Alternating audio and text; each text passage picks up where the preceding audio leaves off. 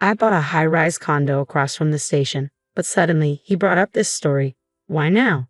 It was surprising because he had purchased the condo behind my back while I was staying at my parents' house. It's an amazing place with a stunning view and spotless rooms, but I was in shock. He moved out of our apartment and into this luxurious condo without any explanation or apology, saying he used money from selling our old place. He told me, "I'm going to live with mom and dad in this great house, so I don't need a parasite like you."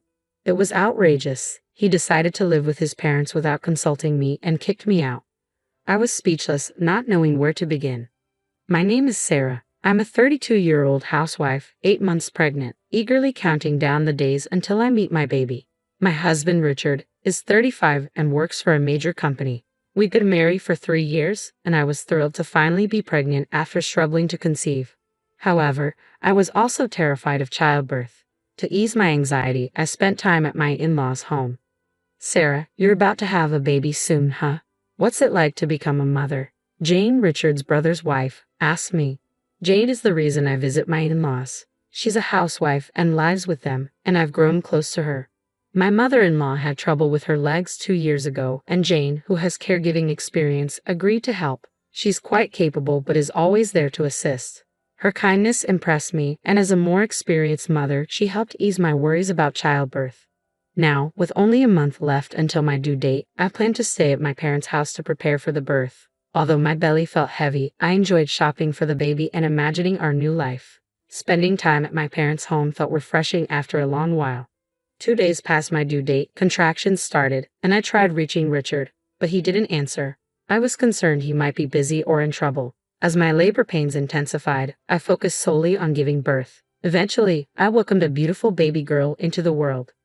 I cradled my beautiful baby girl for the first time, overwhelmed with happiness. Richard was supposed to be there for the birth, but he didn't show up at the hospital. I was too exhausted from labor to confront him directly, so I simply texted him to let him know I had given birth and then fell asleep. When I woke up, I heard someone calling my name. "Are you still asleep?" Richard's voice was grating. I blinked open my eyes to find him standing by my bed, with his parents in tow. He greeted me cheerfully. "My parents came. You have to appreciate them." I had specifically asked not to have visitors immediately after giving birth, so I was taken aback that he had brought his parents along without asking me. Irritated, I asked, "Why didn't you come yesterday?" He responded casually, "I promised to go eat sushi with my parents. I thought I'd come after that, but I drank a lot and figured it would be better not to come and be a trouble."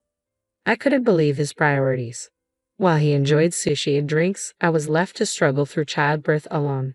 Ignoring my irritation, he asked, "Where's our baby?" "She's in the nursery, a healthy baby girl," I replied. My mother-in-law's face tightened at the news. "What a girl," she muttered. "Such a useless wife."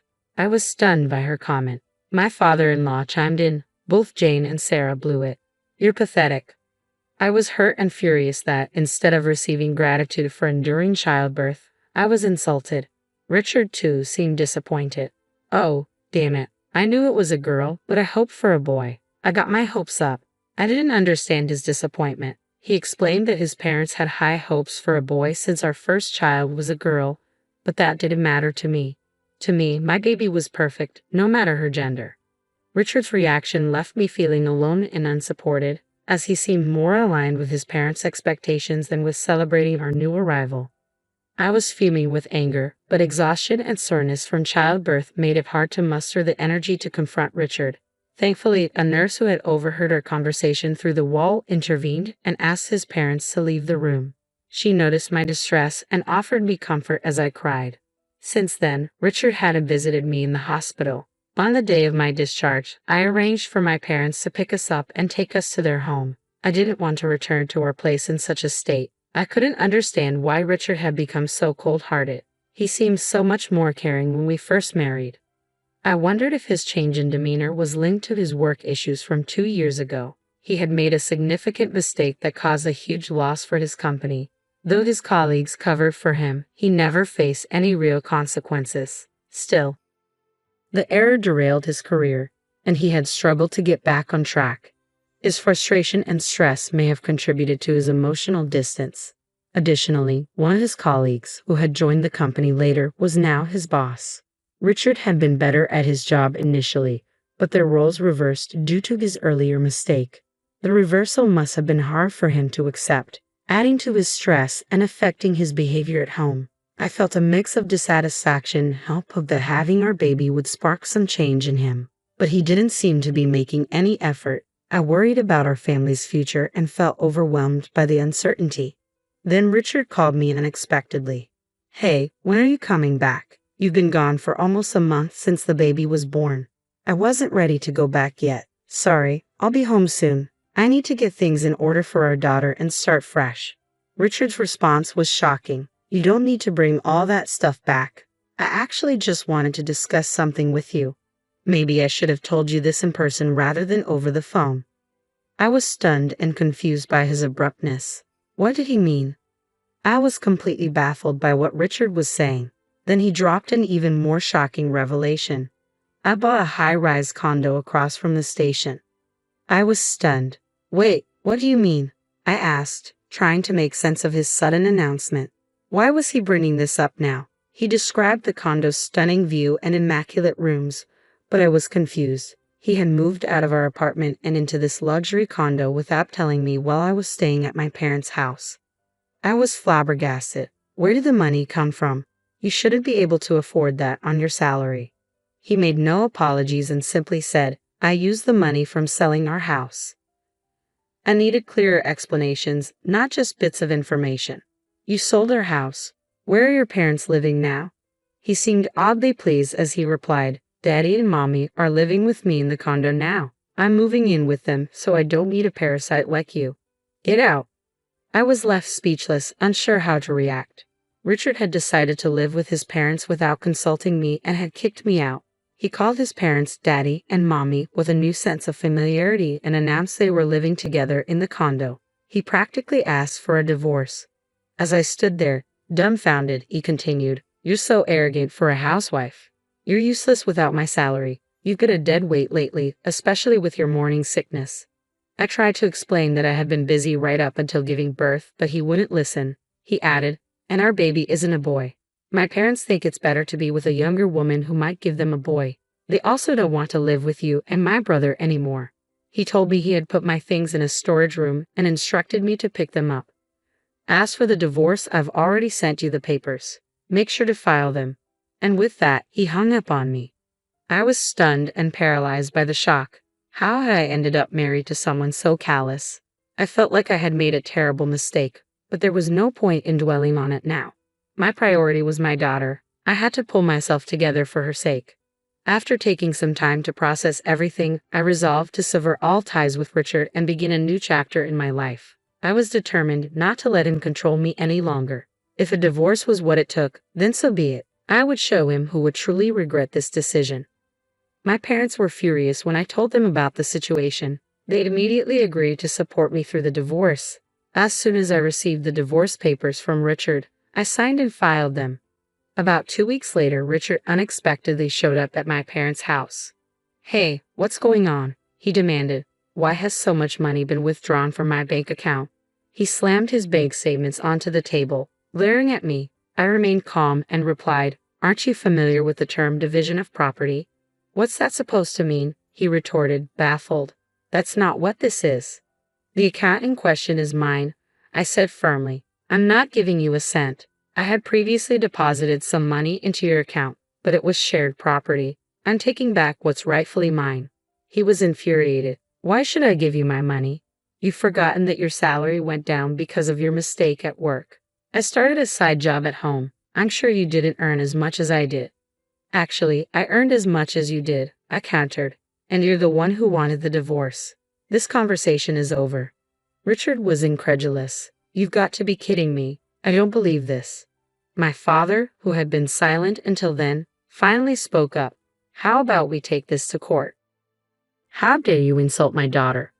I couldn't help but feel a pang of sympathy for my daughter, who had endured so much because of Richard. "Get out of here, you bastard," I shouted.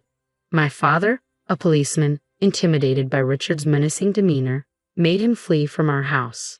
That was the final end to our relationship, and the asset division issues were resolved.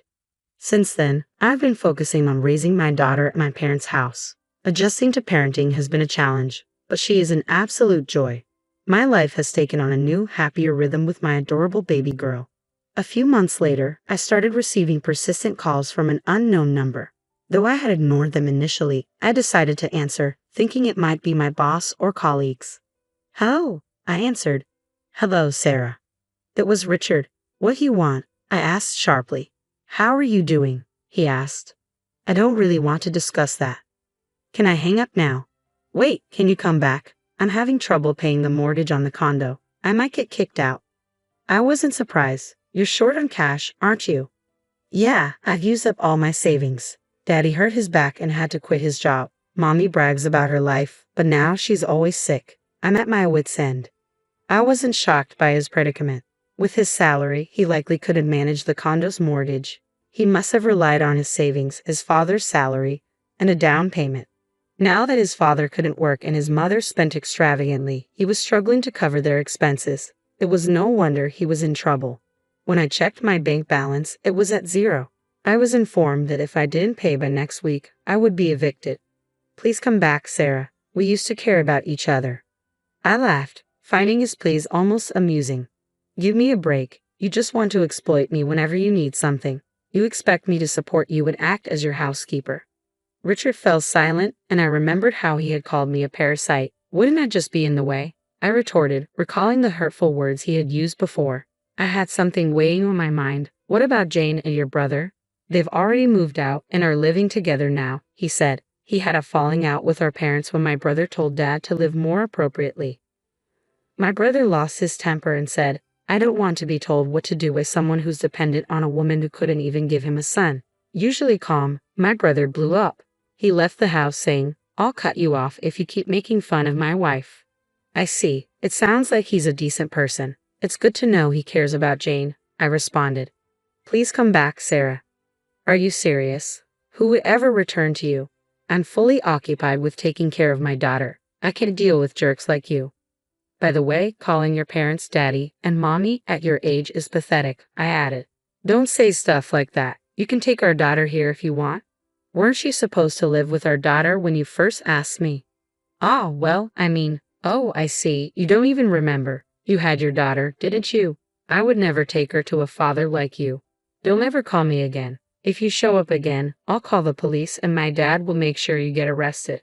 He made a pathetic sound, clearly recalling my dad's intimidating presence. I hung up and blocked him. Later, he tried calling me from a new number, but I had changed mine too. A bit later, Jane contacted me. "I'm sorry for not reaching out sooner. We moved to the countryside, and it took us a while to get internet access set up."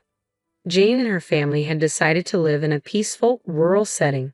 I visited their new home and found it to be a charming town surrounded by nature. I imagined how happy and well-adjusted my child would be growing up in such an environment. Jane's husband filled me in on my ex. He and his family were eventually evicted from their high-rise condo and burdened with debt. He was struggling to support his parents and barely making ends meet. In contrast, I was thriving. I worked from home and lived comfortably at my parents' house. Today, I was going to relax at Jane's place for a few days before returning to spend more time with my daughter. Once my daughter was a bit older, I hoped we could move to the area and live near Jane. With that bright future in mind, I happily enjoyed my time. Buying a high-rise condo while your wife is pregnant is insane. Maybe if you're rich, but it's ridiculous on a normal income, I thought. I was relieved to have left such an unlikable husband behind. I wished Jane and her family all the best, hoping they would continue to live harmoniously together. Thank you for watching to the end. If you enjoyed this, please subscribe to our channel. See you in the next video.